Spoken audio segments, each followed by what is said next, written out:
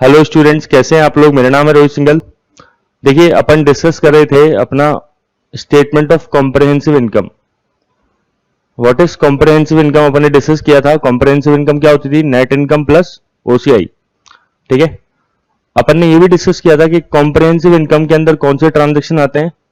वो ट्रांजेक्शन जो ओनर्स के अलावा होते हैं, ठीक है, इक्विटी के अलावा।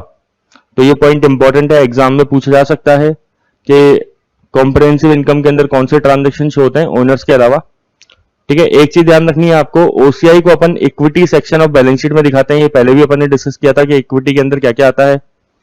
ठीक है। ओसीआई एक परमानेंट अकाउंट है, ऑब्वियसली बात है। क्यों? क्योंकि ये बैलेंस शीट के अंदर शो होता है। जो भी चीजें बैलेंस शीट के अंदर शो होती है वो परमानेंट अकाउंट होती है। परमानेंट अकाउंट याद होगा आपको, एक रियल अकाउंट होता था, एक पर्सनल अकाउंट होता था।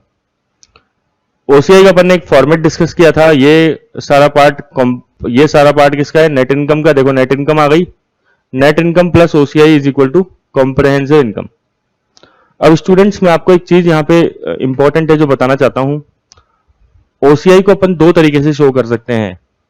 एक तो सिंगल स्टेप स्टेटमेंट में शो कर सकते हैं और एक मल्टीपल स्टेप स्टेटमेंट में शो कर सकते हैं। इधर देखिए आप, ये एक तो सिंगल कंटिन्यूअस फाइनेंशियल स्टेटमेंट में ओसीआई को शो कर सकते हैं और एक टू सेपरेट अकाउंट्स में ओसीआई को शो कर सकते हैं।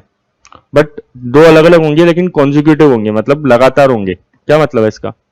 देखो, यहां पे जो मैंने स्टेटमेंट ऑफ इनकम बनाया है, स्टेटमेंट ऑफ इनकम के साथ मैंने क्या बना दिया? Comprehensive income. ठीक है। मतलब दो स्टेटमेंट मैंने मर्ज कर रखे हैं, जबकि इनकम स्टेटमेंट अलग होता था, कॉम्प्रिहेंसिव इनकम स्टेटमेंट अलग होता है।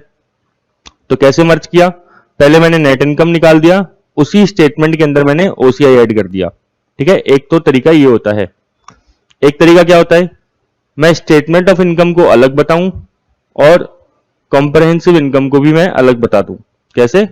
मैं नेट इनकम को तो एक अलग स्टेटमेंट में प्रेजेंट कर देता हूं और ठीक इसके नीचे क्या प्रेजेंट कर देते हैं? ओसीआई प्रेजेंट कर देते हैं। तो there are two modes of presentation of OCI. बहुत सिंपल है। ठीक है। तो यही बता रखा है, mode of presentation of OCI. Examples अपन ने डिस्कस किए थे ओसीआई के। अपन ने एक पॉइंट भी डिस्कस किया था, आईएफआरएस और यूएस गैप में जो डिफरेंस होता है। क्या डिफरेंस था बताओ आईएफआरएस और यूएस गैप में? मेन के इस ओसीआई को लेके कि आईएफआरएस में आप रिवॉल्यूशन का गेन भी सॉरी, आईएफआरएस में अपन रिवॉल्यूशन का गेन भी कहां दिखाते हैं? ओसीआई में दिखाते हैं। बट यूएस गैप में अपन रिवॉल्यूशन का गेन बिल्कुल भी नहीं दिखाते। तो क्या दिखाते हैं यूएस गैप में? ये चार एडजस्टमेंट जो है, इसके अलावा भी कुछ एडजस्टमेंट होते हैं। जैसे मैंने बताया था, पेंशन का एडजस्टमेंट भी कहां दिखाते हैं? अपन यूएस गैप में दिखाते हैं ओसीआई के अंदर। अब आपको एक क्वेश्चन अटेम्प्ट करना है, इसका आंसर दीजिए आप। क्या है? इसको पॉज कर लीजिए वीडियो को और फिर अपना आंसर दीजिए। कर लिया आपने? आई होप कि आपने आंसर दिया होगा। Comprehensive income is best defined as net income excluding income from discontinued operation. ये होती है कि comprehensive income. The changes in net asset for the period including the distribution by owners and distribution to owners. क्या ये होती है? Owners का contribution include होता है क्या? कंट्रीब्यूशन और डिस्ट्रीब्यूशन ओसीआई के अंदर, कॉम्प्रिहेंसिव इनकम के अंदर। Total revenue minus total expense, क्या ये होता है कॉम्प्रिहेंसिव इनकम? ये तो नेट इनकम होता है। और change in net asset for a period excluding owners transaction. बताओ क्या आंसर होना चाहिए इसको? Answer should be D. ठीक है ना, आपने सही जवाब दिया है, तो answer is D. Our last statement is statement of change in equity. What is statement of change in equity? Equity के अंदर जो चेंजेस आएंगे उसे बोलते हैं statement of change in equity. जैसे पहले ओपनिंग इक्विटी हुआ करता था। इक्विटी याद है ना, क्या क्या होता था इक्विटी के अंदर? Shares, reserves and surplus, OCI, ये सब किसका पार्ट होता है? इक्विटी का। तो ओपनिंग इक्विटी का बैलेंस मान लो आप 10,000 है, ओपनिंग इक्विटी शेयर्स का। ठीक है। इस साल क्लोजिंग के अंदर अपने इक्विटी का बैलेंस, इक्विटी शेयर्स का बैलेंस हो गया कितना? 18,000। इसका मतलब क्या है? अगर इसका रिकंसिलेशन करेंगे, अगर कोई नॉर्मल पर्सन देखेगा तो बोलेगा 8,000 के शेयर इशू हुए हैं। ठीक है। अब ये नहीं पता ना आपको कैश में इशू हुए हैं, अदर देन कैश इशू हुए हैं, तो एक तो ये लिखते हैं ना, चेंजेस लिखेंगे कि भाई 8,000 के शेयर इशू हुए हैं। और जरूरी नहीं केवल 8,000 के शेयर इशू हुए हैं, ऐसा भी हो सकता है कि 20,000 के तो शेयर आपने इशू करे हैं, ठीक है, और क्या किया हो, 12,000 के शेयर आपने रिडीम कर दिए हो। ये शेयर तो आपने इशू कर दिए और इन शेयर का आपने रिडम्पशन कर दिया। तो भी बैलेंस कितना आएगा, 10 + 20 30, 30 - 12 18। तो ये ऐसी जानकारी किधर दी जाती है, statement of change in equity के अंदर। मतलब ओपनिंग बैलेंस और क्लोजिंग बैलेंस का इक्विटी का रिकंसिलेशन जो होता है, वो जो रिकंसिलेशन जिस स्टेटमेंट में बनाते हैं अपन उसे बोलते हैं statement of change in equity. ठीक है, देखो जरा इस एग्जांपल को देखो आप, statement of change in share holder equity क्या क्या है, preference shares, equity shares, additional paid up capital याद है अपन ने डिस्कस किया था, सिक्योरिटी प्रीमियम रिजर्व को एडिशनल पेड अप कैपिटल बोलते हैं। ठीक है, रिटेन अर्निंग मतलब रिजर्व एंड सरप्लस, ओसीआई तो अलग चीज है ही। अब आप देखो इनका ओपनिंग बैलेंस है 100 का, जैसे प्रेफरेंस शेयर्स का है ना, देखो ध्यान से, फिर क्लोजिंग बैलेंस भी कितना है 100 का। ठीक है, तो ओपनिंग और क्लोजिंग 31 दिसंबर 2001, 31 दिसंबर 2002, 31 दिसंबर 2003। एक चीज ध्यान रखना, ये यूएस और यूके की बुक्स में आपको है ना ऐसे मिलेगा, जैसे 2001 नहीं लिखा होगा, हमेशा क्या लिखा होगा 20 x और 1। ऐसे क्यों लिखते हैं, ये x क्यों कर देते हैं, इसको x इसलिए कर देते हैं कि कभी इनको ईयर चेंज करने की जरूरत नहीं पड़े। अगर मान लो बुक पुरानी भी हो जाए ना, तो बहुत पुरानी बुक है तो बच्चा है ना, सपोज करो 2002 में इसको पढ़ रहा था जब, तो इसको क्या पढ़ेगा, वो 2001 पढ़ेगा। ठीक है, अगर मान लो बच्चा है ना 2003 के आसपास ये बुक पढ़ रहा है, वो 2013 के आसपास पढ़ रहा है, 11 पढ़ रहा है, 12 पढ़ रहा है, उसके टाइम पे पढ़ रहा है, तो आप इसको क्या पढ़ेंगे फिर 2011। समझ रहे हो बातें? ठीक है, ध्यान समझना, आ जाएगा समझ में। अब मान लो आप 2020 में आ गए, 2021 के आसपास आ गए, जैसे अपन 2019 में चल रहे हैं, 20 में चल रहे हैं, 21 में चल रहे हैं, तो फिर अपन इसको क्या पढ़ेंगे 2021। तो मतलब इनको बार बार ईयर चेंज करने की रिक्वायरमेंट नहीं आएगी, इसलिए ऐसा करा जाता है। ठीक है ना, मेन पर्पस तो ये होता है, और भी बहुत सारे पर्पस होते हैं। ठीक है, तो 100 जो है वो ओपनिंग इक्विटी था, ओपनिंग प्रेफरेंस शेयर्स, फिर क्लोजिंग भी यही है और लास्ट में भी यही है, मतलब आपने प्रेफरेंस शेयर इशू नहीं करे हैं। ठीक है, इक्विटी शेयर जो थे 1650 के पहले थे, आपने 20 के इक्विटी शेयर इशू कर दिए, 1670 के हो गए, फिर 15 के और इशू कर दिए, 1685 के इक्विटी शेयर हो गए। इस तरीके से इक्विटी शेयर बढ़ रहे हैं। एपीआईसी पहले 5310 का था, ठीक है, फिर एपीआईसी क्या हुआ, एपीआईसी बढ़ गया 260। बताओ क्यों बढ़ा? इश्यू ऑफ शेयर से कैसे बढ़ सकता है एपीआईसी? बिकॉज अपन ने इसका मतलब शेयर किस पे इशू हो रहे हैं, प्रीमियम पे इशू हो रहे हैं। मतलब 20 की फेस वैल्यू होगी और 260 का क्या होगा, प्रीमियम। तो टोटल प्रोसीड्स, जो टोटल पैसे आए होंगे शेयर इशू करने पे 280 आए होंगे। याद करो 12th क्लास एंट्री पास करते थे आप, bank account debit to equity share capital to security premium reserve. Bank में कितना आएगा 280, इक्विटी शेयर कैपिटल में 260, सिक्योरिटी प्रीमियम रिजर्व में 20। क्लियर क्या? इसी तरीके से रिटेन अर्निंग का ओपनिंग बैलेंस है, फिर करंट ईयर में नेट इनकम हुई, देखो आप ये नेट इनकम दे रखी है। क्लियर? फिर प्रेफरेंस शेयर आपने डिविडेंड दिया, इक्विटी शेयर को डिविडेंड दिया, तो आपका क्लोजिंग बैलेंस कितना आ गया 6201। फिर उसी तरीके से अगले सालों में दे रखा है, आपने नेट इनकम फिर कमाई, फिर आपका रिटेन अर्निंग बढ़ गया, फिर प्रेफरेंस शेयर को डिविडेंड दिया, फिर इक्विटी शेयर को डिविडेंड दिया और लास्ट में क्लोजिंग बैलेंस आ गया। तो ऐसा होता रहता है। ठीक है, फिर ओसीआई लास्ट में देखिए, ओसीआई पहले कितना था 0 का, फिर 325 का ओसीआई बढ़ गया। किस वजह से बढ़ता है अपन ने डिस्कस किया था, बहुत सारे एडजस्टमेंट होते हैं, लाइक पेंशन एडजस्टमेंट हो सकता है, कैश फ्लो हेज वाला अपन ने एक डिस्कस किया था। ठीक है, और फॉरेन करेंसी ट्रांसलेशन एडजस्टमेंट होता है एक, तो कई सारे एडजस्टमेंट हो सकते हैं। अपन ने 3 तरह की सिक्योरिटीज डिस्कस करी थी, आपको याद होगा, कितनी तरह की होती थी बताओ? एक हेल्ड टिल मैच्योरिटी थी, एक हेल्ड फॉर ट्रेडिंग थी और एक अवेलेबल फॉर सेल थी। ठीक है, तो ये देखो ये दोस्तों ये आ गया यहाँ पे 325, फिर 149 का और बढ़ गया ओसीआई, फिर ये आ गया इस तरीके से और बढ़ गया 474 हो गया, ओसीआई इंक्रीज हो गया। ठीक है। What is last thing in financial statements? Notes to financial statements. ठीक है, notes to financial statement last चीज होती है फाइनेंशियल स्टेटमेंट का, ये पार्ट नहीं होता। ठीक है, अलग चीज है। अपन देखो, अपन ने फाइनेंशियल स्टेटमेंट अब अपन ने खत्म करने पे हैं। फाइनेंशियल स्टेटमेंट अपन ने कितने टाइप के पढ़े थे? बैलेंस शीट मतलब statement of financial position, income statement मतलब P&L अपना एक तरीके से, फिर कैश फ्लो स्टेटमेंट या स्टेटमेंट ऑफ कैश फ्लो, फिर स्टेटमेंट ऑफ कॉम्प्रिहेंसिव इनकम, और last statement of change in equity. ठीक है, ये चेंजेस का साइन होता है ना, डेल्टा, इकोनॉमिक्स में आपने पढ़ा होगा। अब अपन आते हैं किस पे? नोट्स टू फाइनेंशियल स्टेटमेंट्स पे। देखो students, notes to financial statement क्यों बनाते हैं? क्योंकि आपने जो अकाउंट्स बना रखे हैं उसको एक्सप्लेन आसानी से हो जाए, है ना, इसलिए क्या बनाए जाते हैं? Notes to financial statements. मतलब जो अपन ने अकाउंट्स बनाए उनका एक्सप्लेनेशन अच्छे से हो जाए, इसलिए नोट्स बनाते हैं अपन फाइनेंशियल स्टेटमेंट के।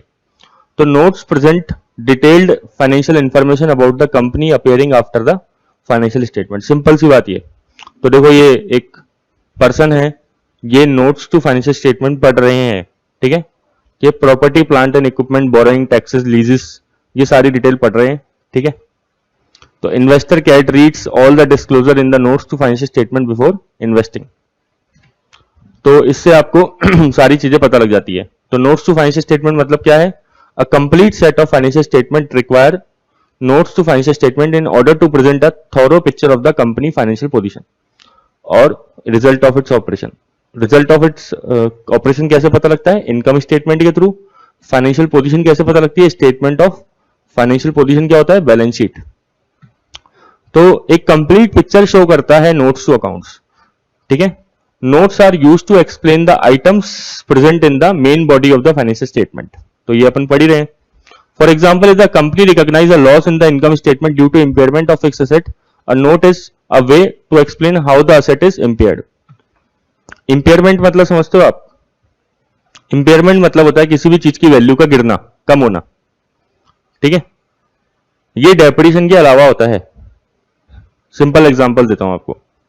आपके पास एक टेबल है जिसपे आप डेली की डेली बैठ के पढ़ते हो। आपने ये 5 years बैक परचेज करी है, बहुत पहले, 5 साल पहले परचेज करी थी टेबल। इस टेबल की कॉस्ट थी 10,000 रुपए। ठीक है, इस टेबल पे हर साल क्या लगता है बताओ? डेप्रिसिएशन, क्योंकि आप इसको यूज कर रहे हो। लेकिन पता है एक दिन क्या हुआ? एक दिन ये टेबल आपसे गिर गई। ठीक है, आपसे गिर गई या कुछ भी हुआ तो ये थोड़ी सी टूट गई। अब इसकी जो वैल्यू है ना, वो पहले से क्या हो जाएगी बताओ? कम हो जाएगी, और भी कम हो जाएगी। भाई आप मान लो इस पे हर साल 1,000 का डेप्रिसिएशन लगा रहे हो, तो 10,000 की कॉस्ट है आपकी एसेट की। अब 10,000 की कॉस्ट पे आप 1,000 का डेप्रिसिएशन लगा रहे हो, तो 5 साल बाद कितने रुपए का डेप्रिसिएशन लगा रहे होंगे बताओ? 5 साल के बाद 5,000 का डेप्रिसिएशन लग चुका होगा, और एसेट की वैल्यू कितनी बच चुकी होगी? 10,000 माइनस 5,000, मतलब 5,000 वैल्यू बच गई होगी, बुक वैल्यू। ठीक है, लेकिन क्योंकि ये एसेट गिर गई आपकी, टूट गई, तो आपने OLX पे बेचने की कोशिश करी। OLX पे पता लगा बेच के आपको 1,000 रुपए मिलेंगे, तो 4,000 रुपए का नुकसान हो गया। It is called impairment. इसको क्या बोलते हैं? इम्पेयरमेंट। इम्पेयरमेंट का सिंपल फॉर्म मतलब क्या होता है? अगर आप सिंपल सी बात करें तो डेप्रिसिएशन के अलावा जो एसेट पे नुकसान होता है उसे बोलते हैं अपन इम्पेयरमेंट। बाकी इसको और डिटेल में पढ़ेंगे, आपको बिल्कुल भी टेंशन लेने की जरूरत नहीं है। तो ये क्या बता रहा है? एग्जाम्पल क्या बता रहा है? मान लो कंपनी को एक क्या हुआ? इम्पेयरमेंट से नुकसान हो गया, फिक्स एसेट का इम्पेयरमेंट हुआ। ठीक है, तो कंपनी इस लॉस को, for example if a company recognise a loss in the income statement due to impairment of a fix asset, a note is a way to explain how the asset become impaired. तो किस तरीके से asset खराब हुई है, जैसे वो asset गिर के खराब हुई है, ठीक है, उसमें आग लग गई, चोरी हो गई, या कुछ भी हुआ, ठीक है ना, चोरी तो खैर नहीं, तो किसी वजह से एसेट इम्पेयर होगी, तो अपन इसको जरूर यहां पे शो करेंगे।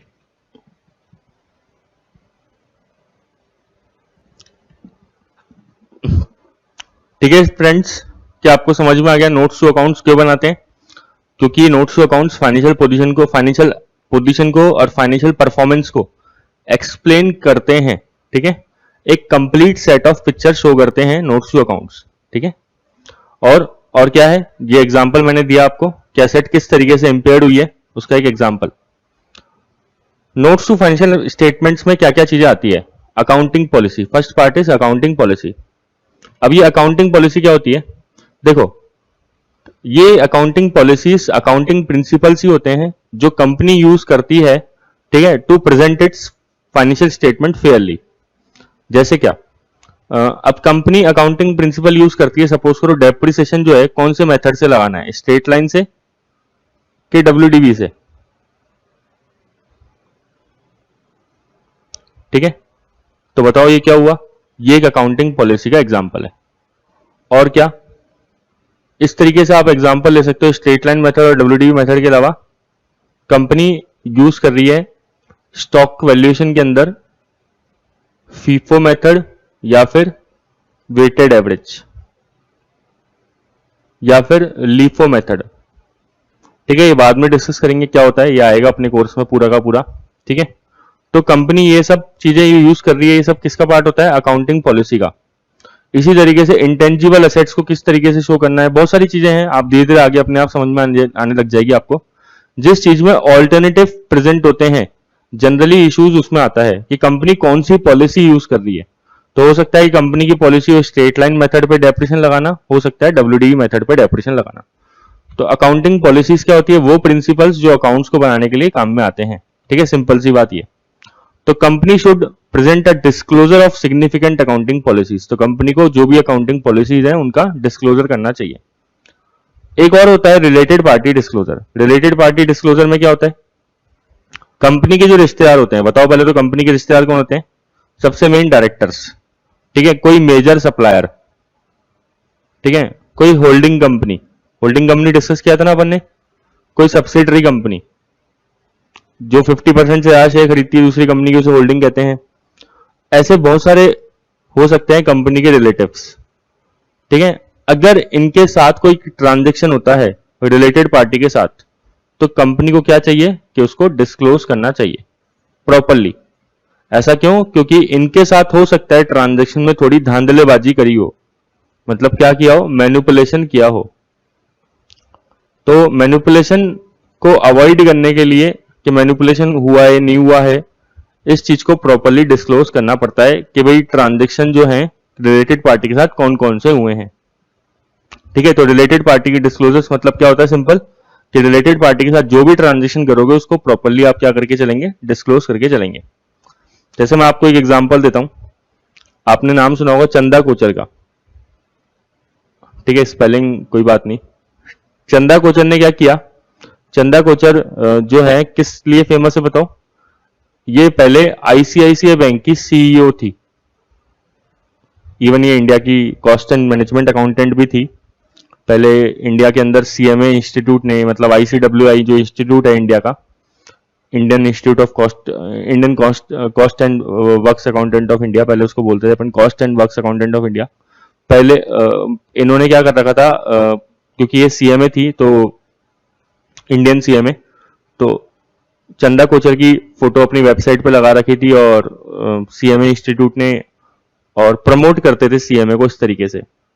बट एक चंदा कोचर अभी फ्रॉड में सामने आई है। फ्रॉड क्या हुआ आप देखिए ध्यान से, तब से उनकी फोटो हटा दी गई है सीएमए वेबसाइट से। फ्रॉड क्या था?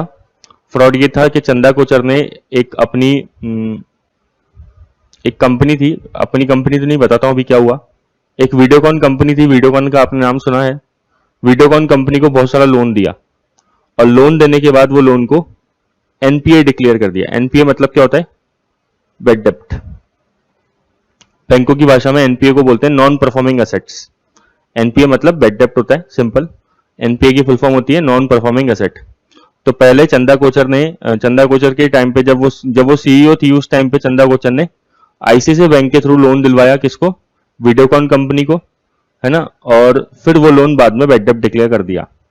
जब ये पूरा केस सामने आया तो पता लगा कि जो चंदा कोचर है उनके जो हस्बैंड है, उनके हस्बैंड के शेयर्स हैं वीडियोकॉन कंपनी में, और वीडियोकॉन कंपनी के जो डायरेक्टर थे वो उनके हस्बैंड के बहुत अच्छे फ्रेंड है, क्लोज फ्रेंड है। ये सब चीजें सामने आई, तो रिलेटेड पार्टी ट्रांजैक्शन है ये अच्छा खासा। लेकिन इसको प्रॉपरली डिस्क्लोज नहीं करा गया, और चंदा कोचर को प्रॉपर कोर्स ऑफ एक्शन ये होना चाहिए था कि चंदा कोचर को यहाँ पे लोन उनको देना ही नहीं चाहिए था। ठीक है, एक सेकेंड।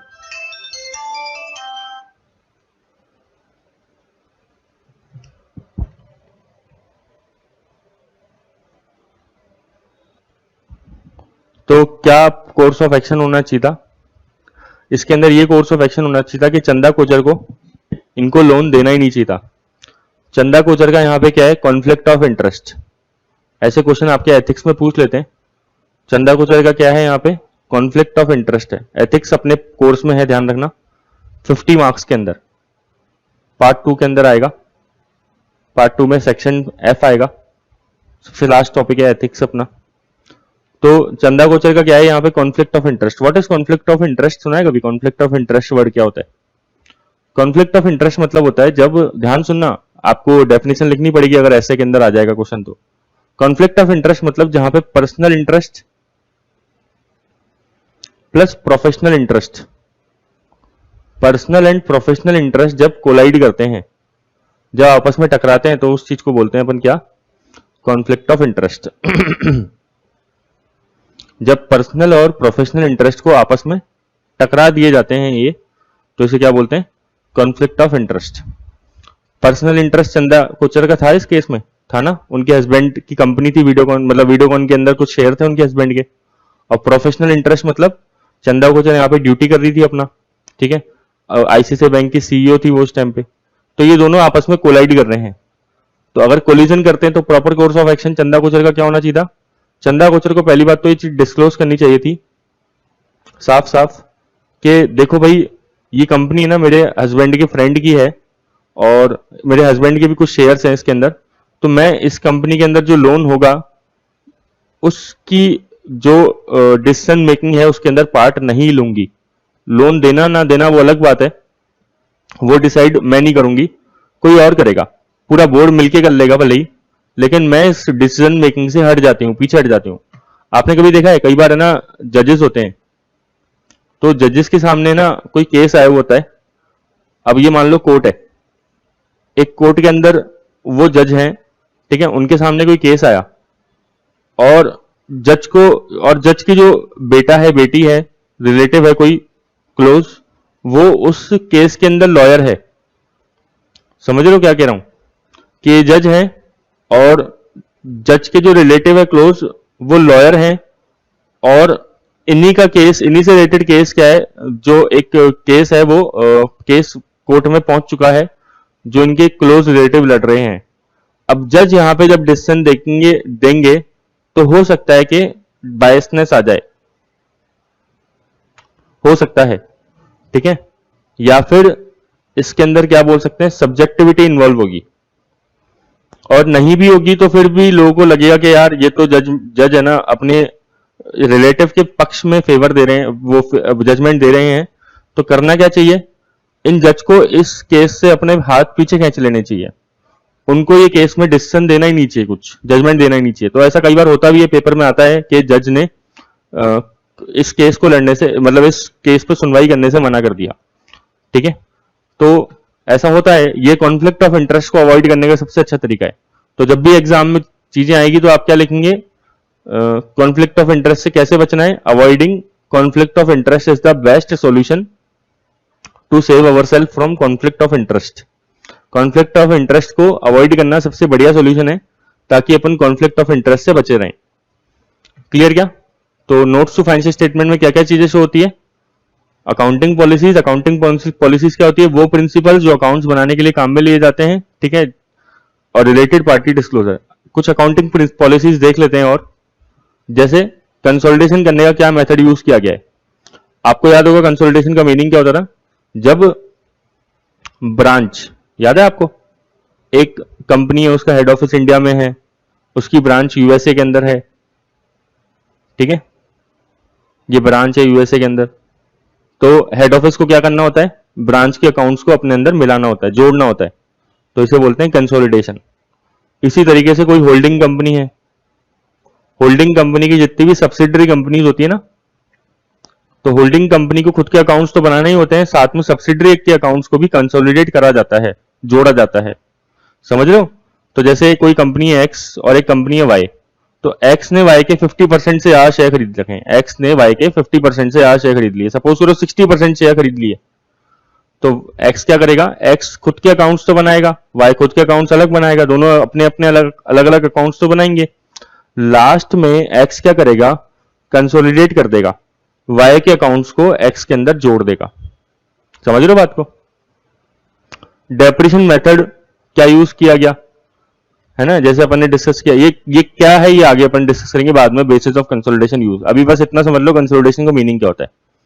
डेप्रिसिएशन मेथड यूज अपन ने डिस्कस कर लिया, स्ट्रेट लाइन मेथड और डब्ल्यूडी मेथड, और भी बहुत सारे मेथड होते हैं, कोई सा मेथड यूज कर सकते हो आप। Information of amortisation of intangibles, intangible asset क्या होती है, जैसे गुडविल हो गया, पेटेंट हो गया, ट्रेडमार्क, लाइसेंस, इनका अमोर्टाइजेशन मतलब इसका राइट ऑफ करना। इन्वेंट्री प्राइसिंग मतलब जैसे अपन ने डिस्कस किया लीफो, फीफो, अगर ये नई नाम सुने तो कोई बात नहीं है ना, घबराने की बात नहीं है, आगे सब आएगा। वेटेड एवरेज, ठीक है। Recognition of revenue from leasing, leasing मतलब क्या होता है, लीज मतलब right to use the asset. अगर आपसे लीज की कोई सिंपल डेफिनेशन पूछ ले तो right to use the asset. तो लीजिंग जो होती है, लीज दो तरह की होती है, ऑपरेटिंग लीज और फाइनेंस लीज। आगे की बातें अभी डिस्कस नहीं करनी है ना, ठीक है। तो बस आप तो अभी केवल 2 पॉइंट समझ सकते हो, अगर ये पॉइंट आपको आता है तो ठीक है, और ये पॉइंट आता है तो ठीक है, बाकी आपके लिए इंपॉर्टेंट नहीं है बाकी सारे पॉइंट्स, है ना। आगे धीरे धीरे आएंगे तो समझ में आ जाएगा अपने आप ही। एक लास्ट ट्रांजेक्शन, एक लास्ट चीज जो आपके नोट्स अकाउंट्स में शो होती है वो होता है क्या, सब्सिक्वेंट इवेंट्स।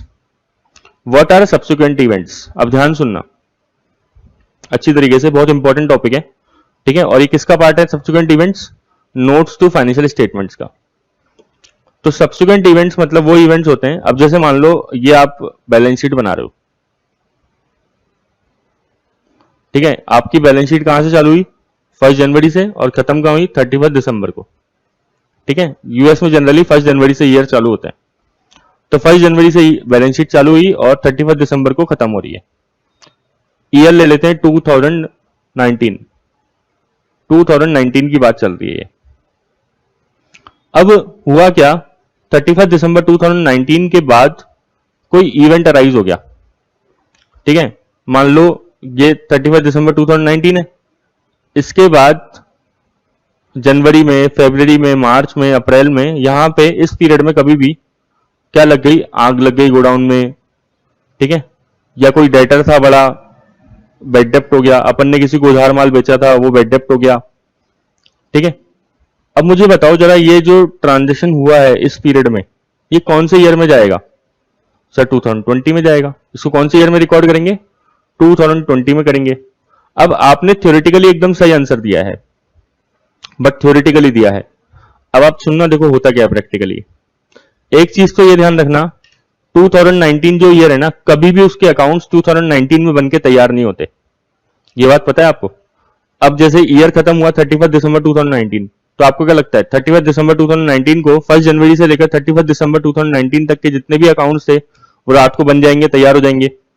ऐसा हो जाएगा कि 31 दिसंबर 2019 को अकाउंट्स बन के तैयार हो गए पूरे ईयर के, चाहे उसमें इनकम स्टेटमेंट बन गया, बैलेंस शीट भी बन गया, आपका कॉम्प्रिहेंसिव इनकम भी, सब कैश फ्लो वगैरह सब बना दिया आपने, statement of change in equity, एक तो अकाउंट्स बन गए आपके।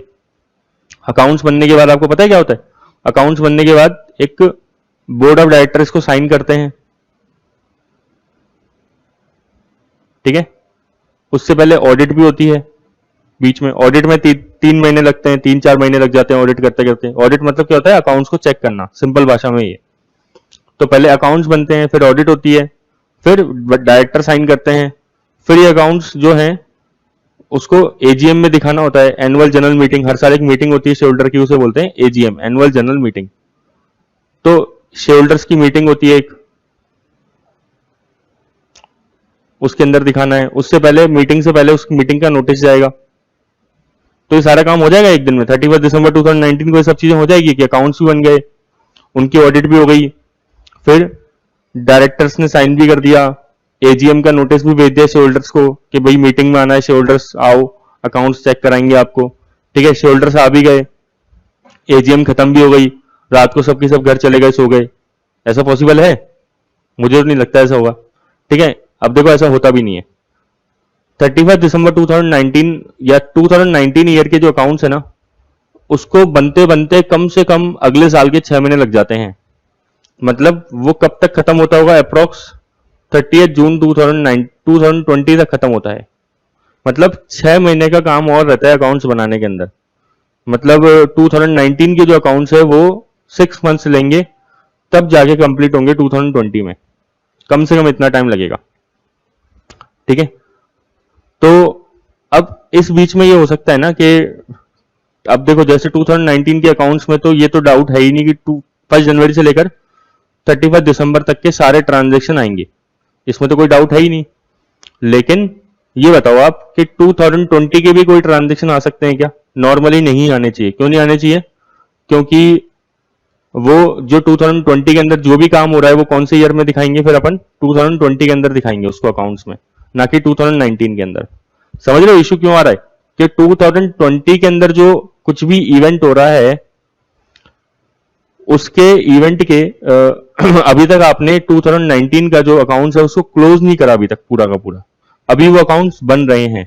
तो एक क्वेश्चन आ सकता है ना, मान लो अब 30 जून से पहले 2020 से पहले कोई ट्रांजेक्शन इस बीच में हो गया, तो एक क्वेश्चन आ सकता है ना कि यार इसको 2019 में क्यों नहीं इंक्लूड कर देते? तो नॉर्मली नहीं इंक्लूड करते, ठीक है ना, बात सही है, वो 2020 में ही जाएगा। लेकिन अब कभी क्या होता है कि कोई सपोज करो ये वापस 2019 बना दिया मैंने, ठीक है, ये 2020 है और ये 30 जून 2020 है। समझ में आ रही है आपको बातें? अब 2019 दिसंबर के बाद जो ट्रांजेक्शन हुआ तो नॉर्मली तो वैसे शो नहीं करेंगे उसको 2019 के अंदर, चाहे भले ही 30 जून 2020 को 2019 के अकाउंट्स तैयार होंगे, सारे के सारे अकाउंट्स तैयार होके सब कुछ हो जाएगा, ठीक है, एजीएम वेजीएम सब हो जाएगी, इतना 6 महीने लग जाएगा। लेकिन मान लो कोई बड़ा इवेंट हो गया है, सपोज करो कोई डेटर है, इस पीरियड में कोई डेटर्स हैं, डेटर इस कंपनी जो अपनी कंपनी जिसके अपन अकाउंट्स बना रहे हैं उसने खूब सारा माल बेचा था एक डेटर को, डेटर का नाम था मिस्टर एक्स। उस डेटर को खूब सारा माल बेचा था, मान लो 50 करोड़ का गुड्स बेचा था, और वो गुड्स क्या हो गया? बैड डेप्ट हो गया। तो बताओ क्या होगा? बैड डेप्ट हो गया तो सर हो सकता है कि ये बड़ा नुकसान है एक, तो बड़े नुकसान को बताओ कौन से ईयर में दिखा देना चाहिए? तो बिल्कुल आप बिल्कुल सही सोच रहे हो, इसको 2019 के अंदर ही शो करना चाहिए। लेकिन जबकि ये इवेंट कहां हुआ है? 2020 में हुआ है। ऐसा कर क्यों रहे हैं? ताकि शेयरहोल्डर्स को चीजें समझने के अंदर आसानी हो, ठीक है। इसमें अपन कोर अकाउंट्स को मतलब अपन कोर अकाउंट्स की बात नहीं मान रहे कि भाई, ऐसा नहीं बोल रहे कि कट ऑफ डेट क्या है उसी तक के, कट ऑफ डेट क्या होती है? 31 जैसे ईयर के एंड होता है उसी कट ऑफ डेट बोलते हैं। तो ऐसा नहीं कि इस केस में अपन केवल कट ऑफ डेट को अपन चेक कर रहे हैं और उसके हिसाब से काम कर रहे हैं, नहीं। अपन यहाँ पे बोल रहे हैं कि यार भाई ट्रांजेक्शन तो बड़ा हो गया, इवेंट बड़ा हो गया, तो क्यों ना उसको कौन से ईयर में दिखा दिया जाए? 2019 में। जबकि ध्यान रखना वो इवेंट हुआ किस ईयर में है? 2020 में हुआ है। कायदे से कौन से ईयर में जाना चाहिए था? वो 2020 में ही जाना चाहिए था। लेकिन फिर भी अपन उस बड़े इवेंट को कहां दिखा रहे हैं? 2019 में दिखा रहे हैं, क्योंकि अपने पास अभी समय है। देखो दो रीजन है इस चीज के, क्योंकि एक तो अपने पास टाइम है, अपन ने अभी तक 2019 के पूरे अकाउंट्स अभी तक बनाए नहीं है, अभी चल रहे हैं अकाउंट्स, 30 जून 2020 तक खत्म होंगे। तो इससे पहले अगर कोई बड़ा इस बीच में कोई बड़ा ट्रांजेक्शन हो सकता है, हो जाता है, तो उसको अपन 19 के अकाउंट्स में एडजस्ट कर सकते हैं, दिखा सकते हैं, ठीक है। एक तो ये बात है। दूसरी बात क्या, चलो अगर इतनी सी बात भी नहीं है, अगर मान लो कोई बहुत बड़ा इवेंट होता है तो ही दिखाया जाएगा। ऐसा नहीं कि छोटे मोटे इवेंट के लिए अपन क्या कर रहे हैं, अब जैसे आपने गुड्स परचेज करे, तो अब सपोज करो आप जनवरी में, फरवरी में, मार्च में 2020 के अंदर गुड्स परचेज करते हो, तो ऐसा थोड़ा है वो छोटी छोटी चीजें हैं, गुड्स सेल कर रहे हो, सैलरी पे कर रहे हो, ये तो नॉर्मल चीजें हैं, बिजनेस की रूटीन चीजें हैं। तो ऐसे थोड़े इसको अपन बोल रहे हैं कि इसको भी आप 2019 के अंदर लेके जाओ, ये चीज थोड़े जाएगी 2019 के अंदर। केवल वही चीज जाएगी 2019 के अंदर जो इवेंट क्या होगा? बड़ा होगा। और ऐसे इवेंट्स को अपन क्या बोलते हैं? सब्सिक्वेंट इवेंट, ठीक है। टॉपिक थोड़ा सा कॉम्प्लिकेटेड है, मैं आपको वापस रिवाइज कर देता हूं 1 मिनट के अंदर अंदर। हुआ क्या है कि बताओ, ये 2019 है, ये 2020 है। 31 दिसंबर 2019 के बाद कोई बड़ा केस सामने आया, ठीक है, इस पीरियड के दौरान, क्योंकि ये पीरियड क्या है, यहाँ पे अकाउंट्स लास्ट में काम हो जाएगा, अकाउंट्स बन के अप्रूव सब हो जाएंगे ना, ठीक है, अप्रूव हो गए मान लो यहाँ पे अकाउंट्स, तो चेंजेस अपन कर सकते हैं इससे पहले, इस पीरियड में कर सकते हैं। तो हुआ क्या, इस पीरियड में कोई बड़ा इवेंट हो गया, तो उस इवेंट को अपन किस ईयर में दिखा सकते हैं, 2019 में। ऐसा क्यों कर रहे हैं, ताकि जो शेयर होल्डर्स हैं, जो कंपनी के शेयर खरीदने जा रहे हैं, या फिर शेयर होल्डर या फिर other users of financial statement, जैसे बैंक हो गया, गवर्नमेंट हो गया, उन सबको पता रहे कि भाई कोई बड़ा इवेंट हो गया ना, तो उसको क्या करना चाहिए, दिखाना चाहिए अगले साल के अंदर। अगले साल के अंदर इवेंट हो गया तो उसको पिछले साल में ही दिखा देना चाहिए, 2019 में ही दिखा देना चाहिए, ठीक है। ऐसे इवेंट वैसे दो टाइप के होते हैं, एक होता है एडजस्टिंग इवेंट और एक होता है नॉन एडजस्टिंग इवेंट। ऐसे इवेंट कितने टाइप के होते हैं, दो टाइप के, एक होता है एडजस्टिंग इवेंट, एक होता है नॉन एडजस्टिंग इवेंट। ध्यान समझना, जैसे सपोज करो, वही एग्जांपल वापस लूंगा मैं, बार बार एक ही चीज बनाऊंगा, आपको दिमाग में बैठ जाएगी। 2019 2020, ये 31 दिसंबर है 2019 की, अब 30 जून है ये, ठीक है।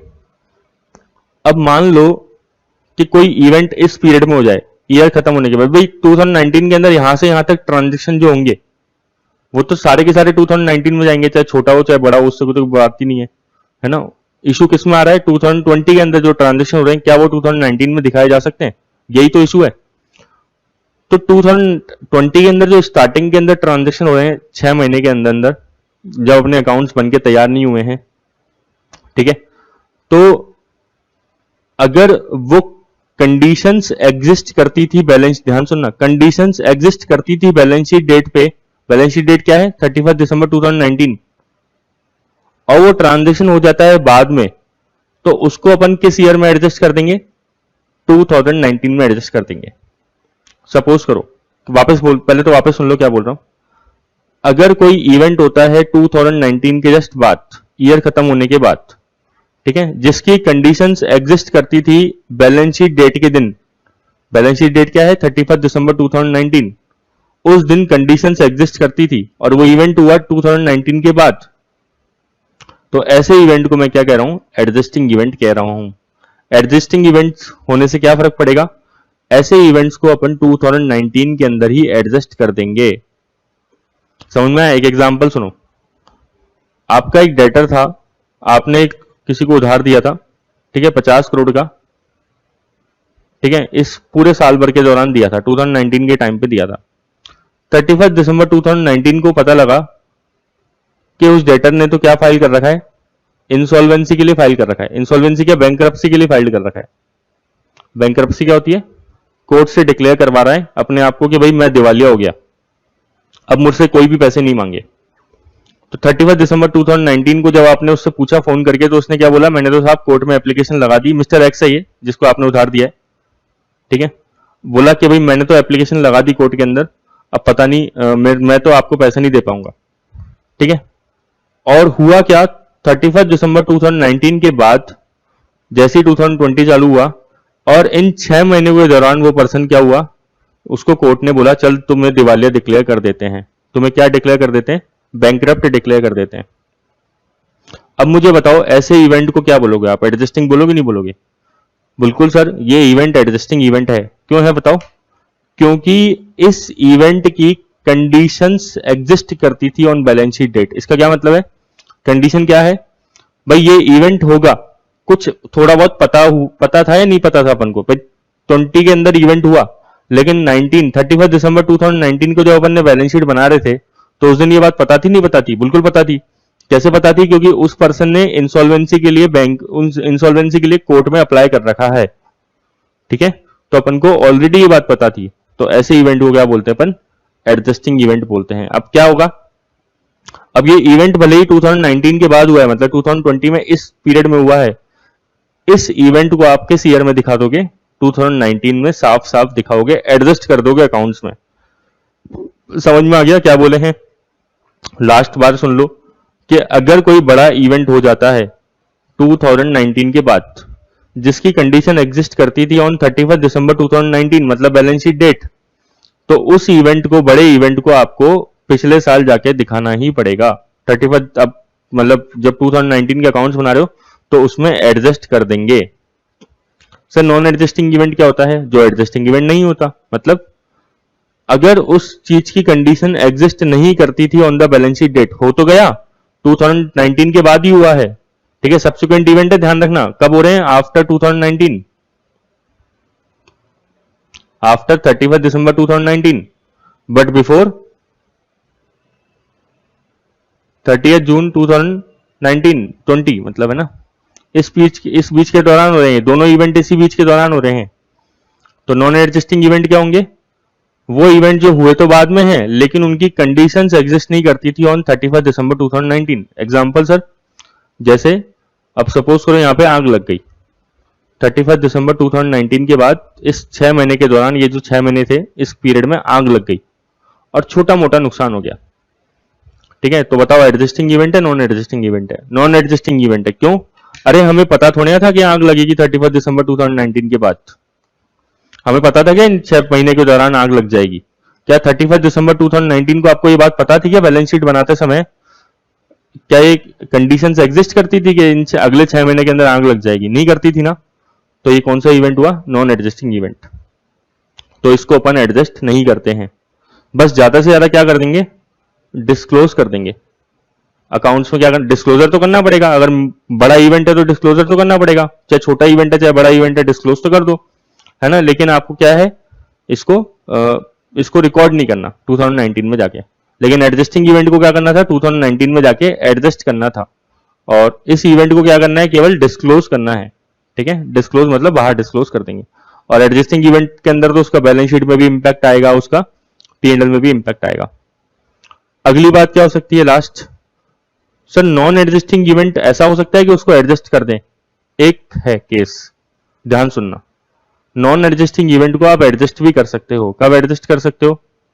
अगर कभी आपके गोइंग कंसर्न इफेक्ट हो जाए। गोइंग कंसर्न क्या होता है? नॉर्मली बिजनेस अपन सोचते हैं चलता रहेगा, लेकिन अगर कभी ऐसा हो जाए कि आपका बिजनेस बंद करने की कगार पे आ सकता है, तो उसे बोलते हैं कि आपका गोइंग कंसर्न क्या करेगा? इफेक्ट करने वाला है, ठीक है। ऐसा हो सकता है ना, आपका बिजनेस बंद करने वाला हो, कई बिजनेस लॉसेस में जाते हैं। तो हुआ क्या कि इवेंट तो नॉन एडजस्टिंग है ना, लेकिन वो गोइंग कंसर्न को इफेक्ट कर रहा है। अब सपोज कोई आग बहुत बड़ी लग जाती, यही क्वेश्चन है 31 दिसंबर 2019 वाला, है ना। 31 दिसंबर 2019 को आपको पता नहीं था कि आग लगेगी, लेकिन आग लग गई अगले 6 महीने के अंदर 2020 में, और बहुत बड़ी आग लग गई बड़े लेवल पे, और इतनी बड़ी आग है आपका इंश्योरेंस भी नहीं था, और आपका सारा का सारा पैसा डूबने की उम्मीद है, मतलब आपको बहुत तगड़ा नुकसान होगा इस केस में, ठीक है। तो आप खुद ही डूब जाओगे, पूरा बिजनेस डूब सकता है आपका। तो कौन सा इवेंट है बताओ ये? वैसे तो नॉन एडजस्टिंग इवेंट है, लेकिन ये बिजनेस के गोइंग कंसर्न को इफेक्ट कर रहा है, तो इस इवेंट को अपन को क्या बनाना पड़ेगा? एडजस्टिंग इवेंट बनाना पड़ेगा। समझ रहे हो बात? इंपॉर्टेंट बात क्या है कि कई बार नॉन एडजस्टिंग इवेंट भी एडजस्टिंग इवेंट बन सकते हैं। कब बन सकते हैं? If non adjusting event affect going concern of the business. समझ में आ गया? जल्दी से लास्ट बार रिवाइज कर लो, कौन से इवेंट थे? एडजस्टिंग इवेंट और non adjusting event. Topic complicated है तो इसलिए बार बार रिवाइज करा रहा हूं। एडजस्टिंग इवेंट क्या होते हैं? जिन इवेंट्स की कंडीशंस एग्जिस्ट करती है, कब? On balance sheet date. Non adjusting event जिनकी कंडीशंस एग्जिस्ट नहीं करती है। तो एडजस्टिंग इवेंट्स को क्या करते हैं अपन? एडजस्ट करते हैं। नॉन एडजस्टिंग इवेंट को क्या करते हैं? डिस्क्लोज करते हैं। बट एक्सेप्शन क्या है? एक्सेप्शन है अगर गोइंग कंसर्न प्रिंसिपल अफेक्ट कर रहा है बिजनेस का, तो क्या होगा? गोइंग कंसर्न प्रिंसिपल अफेक्ट कर रहा है तो उस इवेंट को फिर अपन एडजस्टिंग इवेंट मान लेते हैं, फिर उसको अपन को इफेक्ट करना पड़ेगा। और एग्जाम्पल क्या है दोनों का? इसका एग्जाम्पल आप बैड डेप्ट वाला याद रख सकते हैं। आपने किसी को लोन दिया था, डेटर को, ठीक है, और उसने इंसॉल्वेंसी के लिए फाइल कर दिया 31 दिसंबर को, आपको पता था कि वो इंसॉल्वेंट हो सकता है शायद, ठीक है, कंडीशंस एग्जिस्ट करती थी, और 31 दिसंबर के बाद वो क्या हुआ? एकदम से बैड डेप्ट हो गया। तो उसको बताओ एडजस्टिंग मानोगे नहीं मानोगे? बिल्कुल मानेंगे। और इस केस में क्या है? इस केस में उसको एडजस्टिंग नहीं मान सकते नॉर्मली, अगर लॉस, जैसे इसका आप याद रखना, लॉस बाय फायर एग्जाम्पल। अगर छोटी सी फायर है तो केवल डिस्क्लोज कर देंगे, अगर बहुत बड़ी फायर है, गोइंग कंसर्न इफेक्ट करेगा, तो फिर उसको क्या मानेंगे, एडजस्टिंग इवेंट मानेंगे। ठीक है, तो होप कि आपको ये टॉपिक समझ में आ गया होगा। तो आपने आज क्या क्या पढ़ा, नोट्स टू फाइनेंशियल स्टेटमेंट पढ़े, ठीक है, पूरे के पूरे, statement of change in equity देखा, और स्टेटमेंट ऑफ कॉम्प्रिहेंसिव इनकम को अपन ने थोड़ा सा रिवीजन भी किया, और लास्ट का जो बचा हुआ था वो भी किया। अब स्टूडेंट्स देखो, अपना ये टॉपिक कंप्लीट हो गया है एक बार तो, ठीक है, मतलब अपना सेक्शन ए का जो ए पार्ट था, छोटा सा पार्ट था, वो कंप्लीट हो गया। अभी सेक्शन ए बहुत बाकी है, अपन करेंगे। तो मैं चाहूंगा कि आप प्लीज एक बार रिवीजन कर लीजिए इन टॉपिक्स का, क्योंकि टॉपिक्स आपके लिए सारे नए हैं। ठीक है, थैंक यू।